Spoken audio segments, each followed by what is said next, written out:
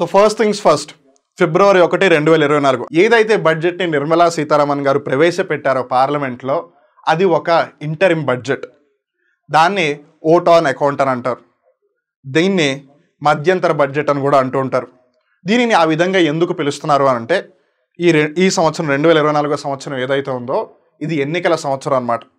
So లోక్సభకి సంబంధించి ఈ సంవత్సరం ఎన్నికలు ఉన్నాయన్న సంగతి మనందరికీ తెలుసు. ఏప్రిల్, మే నెల మొత్తం దానికి సంబంధించింది. సో అందుకని ఎన్నికల తర్వాత మేబీ పార్టీ మారిపోవచ్చు. పార్టీ మారినప్పుడు ఆబ్వియస్లీ వాళ్ళ యొక్క ఆలోచన ధోరణి మారచ్చు. సో అందుకని ఎన్నికలు ఉన్న సంవత్సరంలో వాళ్ళు ఒక పూర్తి సంవత్సరం, అంటే ఒక పూర్తి ఆర్థిక సంవత్సరానికి సంబంధించి, ఒక కంప్లీట్ ఫైనాన్షియల్ ఇయర్కి సంబంధించి వాళ్ళు డీటెయిల్స్ ఇవ్వరన్నమాట. సో ప్రభుత్వం ఏ ప్రాబ్లం లేకుండా ఈ 3-4 మంత్స్, అంటే మళ్ళీ కొత్త ప్రభుత్వం ఏర్పాటు అయ్యేంత వరకు ఎటువంటి ఇబ్బంది లేకుండా నడవాలి అని అంటే, ఎంప్లాయీస్ అందరికీ జీతాలు ఇవ్వాలా, పెన్షన్లు ఇవ్వాల్సిన వాళ్ళకి పెన్షన్లు ఇవ్వాలా, అలానే మంత్రిత్వ శాఖలు పనిచేయాలి. అవి ఏమన్నా ఆల్రెడీ ప్రాజెక్ట్స్ ఒకవేళ ప్రోగ్రెస్లో ఉంటాయి, అవి ఆగకుండా కంటిన్యూ అవ్వాలంటే మరి వాటికి ఫండ్స్ కావాలా. సో వీటన్నిటిని దృష్టిలో పెట్టుకుని ఇవన్నీ సక్రమంగా జరగాలంటే కొంచెం డబ్బులు వాళ్ళ దగ్గర అయితే ఉండాలి. సో అందుకని ఈ 3-4 నెలలు ఏదైతే కాలం ఉంటుందో ఎలక్షన్స్ ఫినిష్ అయ్యేంత వరకు దానికి సంబంధించి ఏదైతే బడ్జెట్ ఉంటుందో దానిని ఇంటరిమ్ బడ్జెట్ అంటారు. సో ప్రతి 5 సంవత్సరాలకి సాధారణంగా జనరల్గా అయితే ప్రతి 5 సంవత్సరాలకి ఒకసారి ఎన్నికలు వస్తాయి. సో ఆ లాజిక్ ప్రకారం ప్రతి 4 సంవత్సరాలు బాగానే ఉంటుంది బడ్జెట్. ఒక పూర్తి ఫైనాన్షియల్ ఇయర్కి కానీ బడ్జెట్ని ప్రవేశపెడతారు. 1 సంవత్సరం మటుకు ఇంటరిమ్ బడ్జెట్ ప్రవేశపెడతారు. మళ్ళీ ఎప్పుడైతే గవర్నమెంట్ తిరిగి ఫామ్ అయిపోతుంది ఎలక్షన్స్ తర్వాత, అప్పుడు మళ్ళీ వాళ్ళు నార్మల్ బడ్జెట్ అంటే ఫుల్ బడ్జెట్ని ప్రవేశపెట్టేస్తారనమాట. అందుకని ఇన్ జనరల్గా బడ్జెట్ అని పేరు వచ్చినప్పుడల్లా 2 డిఫరెంట్ నేమ్స్ వస్తూ ఉంటాయి. ఒకసారేమో యూనియన్ బడ్జెట్ అని, ఇంకోసారేమో ఇంటరిమ్ బడ్జెట్ అని. సో యూనియన్ బడ్జెట్ ఒక పూర్తి సంవత్సరానికి, ఒక పూర్తి ఆర్థిక సంవత్సరానికి, ఒక కంప్లీట్ ఫైనాన్షియల్ ఇయర్ లేదా ఒక కంప్లీట్ ఫిజికల్ ఇయర్. వెరాజ్ ఇంటరిమ్ బడ్జెట్ మధ్యంతర బడ్జెట్. సో ఈ రెండింటి గురించి డిఫరెన్సెస్ తెలుసుకుని ఈ సంవత్సరం ఏదైతే ఉందో అది ఇంటరిమ్ బడ్జెట్ కాబట్టి దాని గురించి తెలుసుకోవడానికి ప్రయత్నం చేద్దాం. The central government presents and interim budget ahead before the general elections. మరి ఇప్పుడు ఎన్నికలు ఉన్నాయి కదా, 2024 సంవత్సరం లోక్సభ ఎన్నికలు ఉన్నాయి కాబట్టి ఇంటరిమ్ బడ్జెట్ని ప్రవేశపెట్టారు. మరి యూనియన్ బడ్జెట్ దగ్గరకు వస్తే, the union budget is an annual budget submitted to parliament by the central government. The union budget covers the full physical year. మనం ఇందాక చెప్పాం కదా, ఒక పూర్తి ఆర్థిక సంవత్సరం. ఎప్పుడైతే ఎన్నికలు ఉంటాయో అప్పుడు ఇంటరిమ్ బడ్జెట్ వస్తుంది. ఎన్నికలు లేని సంవత్సరాలన్నీ కూడా ఫుల్ బడ్జెట్ వచ్చేస్తుంది, which is called as union budget. Then comes vote on the account is passed without discussion in Lok Sabha.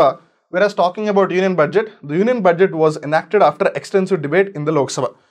So మామూలుగా ఈ మధ్యంతర బడ్జెట్ ఏదైతే ఉందో దీనిని ప్రవేశపెట్టిన తర్వాత ఎటువంటి డిబేట్స్ అంటే చర్చలు ఉండవు అనమాట. దాన్ని సింపుల్గా పాస్ చేసేస్తారు లోక్సభలో. వేరాస్ యూనియన్ బడ్జెట్ అంటే ఇన్ జనరల్గా ఒక పూర్తి ఫైనాన్షియల్ ఇయర్కి సంబంధించి బడ్జెట్ని ప్రవేశపెట్టినప్పుడు దానికి సంబంధించి డిబేట్స్ అండ్ డిస్కషన్స్ జరుగుతాయి.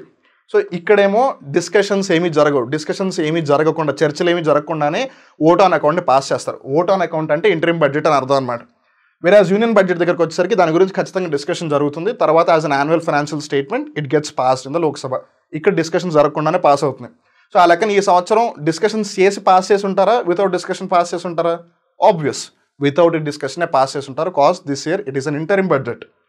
The interim budget merely contains a summary of the preceding year's costs and income, whereas talking about union budget, it will include the previous year's income and spending would be detailed. So ఒకవేళ అది normal budget అనుకోండి, ప్రతి సంవత్సరానికి సంబంధించి వచ్చేది, దాంట్లో అన్నీ కూడా విస్తృతంగా డీటెయిల్గా ఎక్స్ప్లెయిన్ చేస్తారు. మనకి ఎంత ఆదాయం వచ్చింది, ఆదాయం ఎక్కడెక్కడి నుంచి వచ్చింది, ఎంత ఖర్చు పెట్టాలనుకున్నా, వాట్ ఎవర్ ఎవ్రీథింగ్ గురించి డీటెయిల్గా ఇన్ఫర్మేషన్ ఉంటుంది. వేరాజ్ ఇంటరిమ్ బడ్జెట్ దగ్గరకు వచ్చేసరికి it's more of like a summary. మీరు కూడా తెలుగు, హిందీ, ఇంగ్లీష్ లాంటి లాంగ్వేజెస్ చదివేటప్పుడు, గద్య భాగంలో చదివేటప్పుడు, లేదా కొన్నిసార్లు పద్య భాగం కూడా చదివేటప్పుడు, పద్యం ఇంత పెద్దగా ఉంటే, పోయం ఇంత పెద్దగా ఉంటే చివరికి దాన్ని కన్సైజ్ చేసి సమరీ అనో లేదా సెంట్రల్ ఐడియా అనో అని చెప్తారు. సో కొంతమంది ఆ పోయము లెసన్ అంతా చదవకుండా సమరీ చదివేసి వెళ్ళిపోతారు. సో జస్ట్ లైక్ దట్ అనమాట ఇంటరిమ్ బడ్జెట్. బేసిక్గా కంప్లీట్ పిక్చర్ మనకేమీ చూపించదు. బికాస్ 3-4 నెలల వరకే కదా ఈ బడ్జెట్. తర్వాత మళ్ళీ ఒకవేళ if in case same party మళ్ళీ ప్రభుత్వాన్ని ఏర్పాటు చేసినా, లేదు వేరొక పార్టీ ప్రభుత్వాన్ని ఏర్పాటు చేసినా సరే, వాళ్ళ యొక్క ఆలోచన ధోరణిని బట్టి వాళ్ళు మళ్ళీ మార్పులు చేర్పులు చేయొచ్చు కదా. అప్పుడు ఆబ్వియస్లీ పరిస్థితులు మారిపోతాయి, అంకెలు సంఖ్యలు అన్నీ మారిపోతాయి కదా. సో ఆ నెంబర్ చేంజ్ కన్సిడరింగ్ ఉంటుంది కాబట్టి వాళ్ళు ఈ 3-4 మంత్స్కి సంబంధించి రిలీజ్ చేస్తారు. కాబట్టి ఇది ఒక విధంగా చెప్పాలంటే డీటెయిల్గా ఉండదు. It's more of like a summarised version అని చెప్పొచ్చు. సో ఇప్పుడు ఇంటరిమ్ బడ్జెట్కి యూనియన్ బడ్జెట్కి డిఫరెన్స్ తెలిసిపోయింది కదా.